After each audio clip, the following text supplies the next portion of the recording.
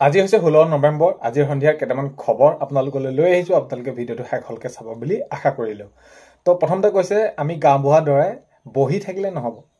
তো এই মন্তব্য আগবঢ়াইছে শিৱসাগৰ সমষ্টিৰ বিধায়ক অখিল গগৈ ডাঙৰীয়া। হয়, আমি গাঁওবুঢ়াৰ দৰে বহি থাকিলে নহব। হাত সাৱটি এতিয়া যিহেতু চাবি চাহি আছে, আমি এতিয়া কি হ'ব লাগিব, বিৰোধী একলগ হৈ একত্ৰিত হৈ কাম কৰিলেহে জিকিম 26ত। কাৰণ কেলে আমি বিজেপিক হৰুৱাব লাগিব, বিজেপিক উফৰাব লাগিব, আৰু এই ক্ষেত্ৰত সকলোৱে সহায় সহযোগ লাগিব।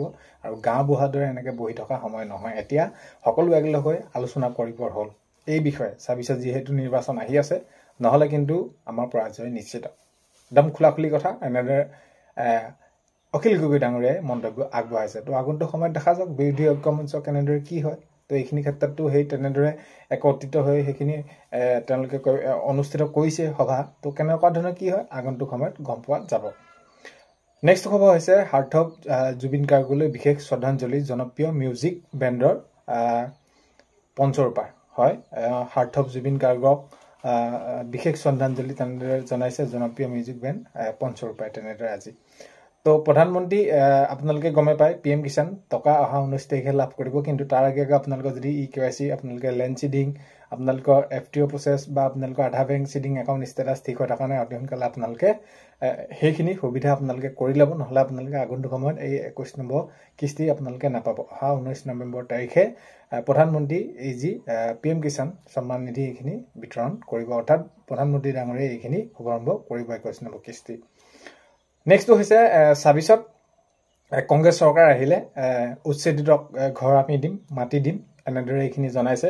তো আগৰ পৰাই সেইখিনি কৈ আহিছে, আৰু এইখিনি ক্ষেত্ৰত এতিয়া জনাইছে আজি হয় 26ত কংগ্ৰেছ যদি চৰকাৰ আহে তেনেহ'লে কি কৰিব, মাটি আৰু ঘৰ দিব বুলি তেনেদৰে সাংসদ ৰকিবুল হুছেইনে জনাইছে। তো দেখা যাওক আগন্তুক সময়ত, কাৰণ কেলে দিবও পাৰে। কাৰণ কেলে কথাটো হ'ল কি, এতিয়া যিসকলে অবৈধভাৱে চৰকাৰী মাটি দখল কৰি আছে, মাননীয় মুখ্যমন্ত্ৰী মহোদয় আৰু এতিয়া বৰ্তমান চলি থকা চৰকাৰ বিজেপি চৰকাৰ সেইখিনি উচ্ছেদ কৰিছে। কাৰণ কেলে চৰকাৰী মাটিত অধিকাৰ নাই সেইখিনি কোনো ধৰণৰ। তো সেইখিনি কি কৰিছে, উচ্ছেদ চলি আছে। নেক্সটটো খবৰ হৈছে দৈহিকভাৱে নাথাকিলেও প্ৰতিগৰাকী অসমীয়া আত্মাত জুবিন গাৰ্গ সদায় জীয়াই থাকিব, এই বুলি কৈছে ৰাজা বৰুৱাই। তো যিহেতু একদম আগৰ পৰা ৰাজা বৰুৱা তেনেদৰে তবলা বজাই ইটো তেনেদৰে তেওঁলোকত জড়িত, আৰু তেওঁ জনাইছে যে দৈহিকভাৱে নাথাকিলেও প্ৰতিগৰাকী অসমীয়াৰ আত্মাত জুবিন গাৰ্গ সদায় জীয়াই ৰাখিব। সেইটো হয়, অসমৰ বাবে কি কৰি থৈ গ'ল আমি নিজে দেখিছোঁ। তো সেইখিনি ক্ষেত্ৰত সদায় আমাৰ মাজত জীয়াই থাকিব জুবিন গাৰ্গ।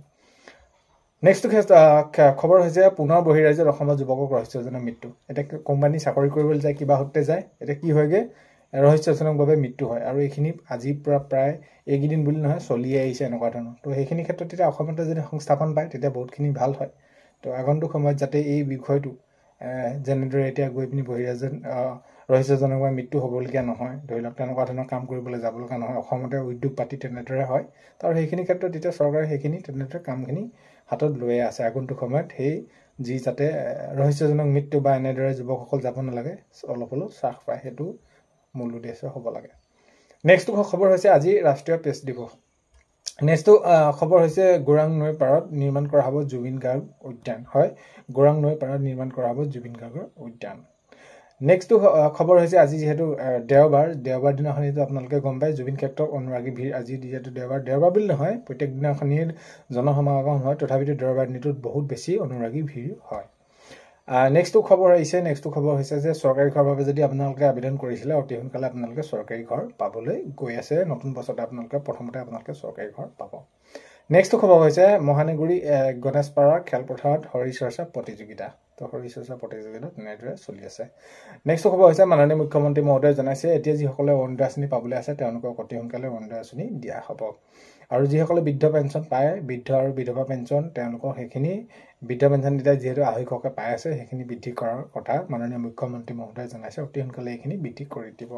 নেক্সট হৈছে বিধৱা পেঞ্চনো বঢ়োৱাৰ ক্ষেত্ৰত সেইখিনি মাননীয় মুখ্যমন্ত্ৰী মহোদয়ে জনাইছে। চ' 16 নৱেম্বৰ সন্ধিয়া খবৰ আজি এইখিনিয়ে আপোনালোকক জনালোঁ। ভিডিঅ'টো শেষলৈকে চোৱাৰ বাবে বহুতেই বেছি ধন্যবাদ। এইখিনিতে আপোনালোকক এটা অনুৰোধ কৰিম, চেনেলটোলৈ যদি আপোনালোক নতুনকৈ আহিছে ছাবস্ক্ৰাইব কৰাৰ লগতে কাষতে থকা বেল আইকনটো প্ৰেছ কৰি অল কৰি থ'ব, যাতে নতুন এটা ভিডিঅ' দিয়াৰ লগে লগে আপোনালোকে আগতীয়াকৈ চাবলৈ পায়। অন্য এটা ভিডিঅ'তে লগ পোৱাৰ আশাৰে আজিলৈ বাই।